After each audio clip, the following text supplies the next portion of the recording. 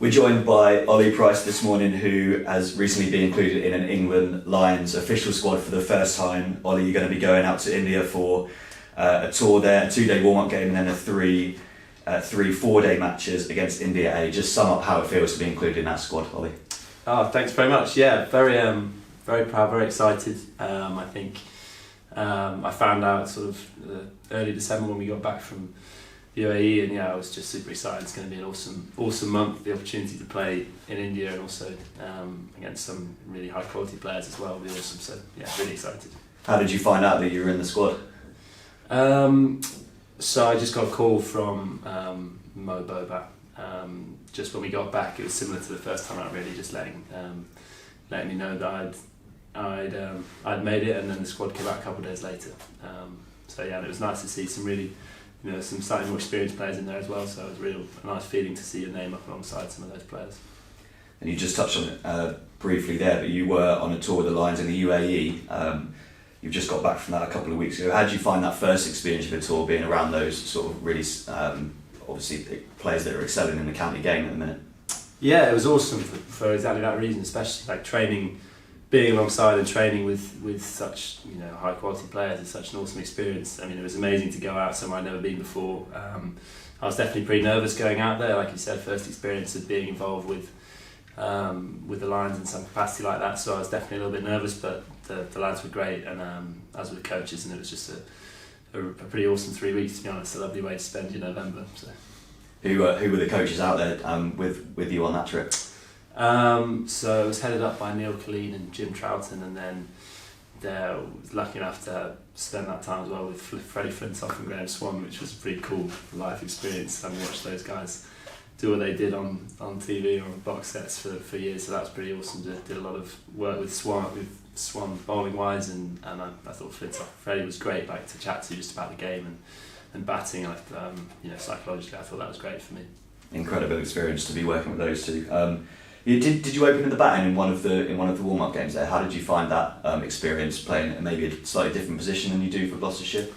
Yeah, because we did a lot of like middle practice sessions before that game as well, and I opened in almost all of those practices. I loved it, to be honest. I don't find it too dissimilar. I think obviously I batted 3 or 4 here last year, so obviously it's nice you get a little bit of time when you come off the field and stuff like that, and you have to be a bit adaptable to different game situations, whereas you sort of know the drill when you're opening the batting, you know what you're coming up against. But actually in the subcontinent it's probably the best time to bat. You get the new ball, pitches tend to break up and spin more, so I loved it. I didn't really find it too much of a big change at all, to be honest.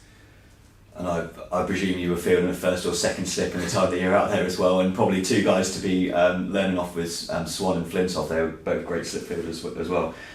What else were you working on in particular? Was it sort of a mismatch between bowling and batting, or predominantly batting? Or no, it's definitely the pair of them. It was just, I think if I had to sum it up, it would be you're obviously training against really high quality players, so that forces you to, you're just trying to compete in that. You can't always be too specific in that environment. We were doing a lot of like match-based practice, a lot of competition stuff, so it was trying to apply my game as best I can against that level of player, and then also learning a lot, especially with the ball, about bowling in the subcontinent, different situations you might come up against, bowling into rough, things like that. So there's a lot of that sort of practice, and I guess equally with the bat, how to counter that, and how to, we spoke a lot about putting pressure back on bowlers in different situations and being able to read the game. So they're probably the main things that we practiced, I reckon.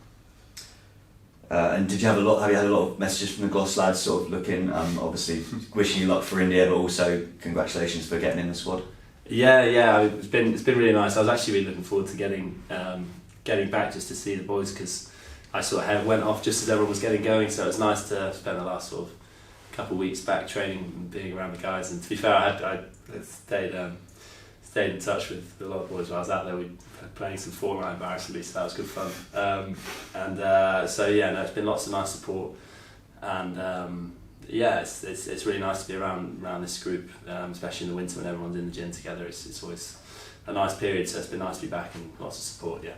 And you headed out to India in early January, but have you got plans for the festive period, maybe with your family? Or? Yeah, going back to Oxford just before Christmas. Might go this evening actually, and then slightly strange because obviously we head out quite early January, so can't have quite the full Christmas break that you normally get. But yeah, just going to go back and chill for a week, and then come back and get going here probably around New Year, I think.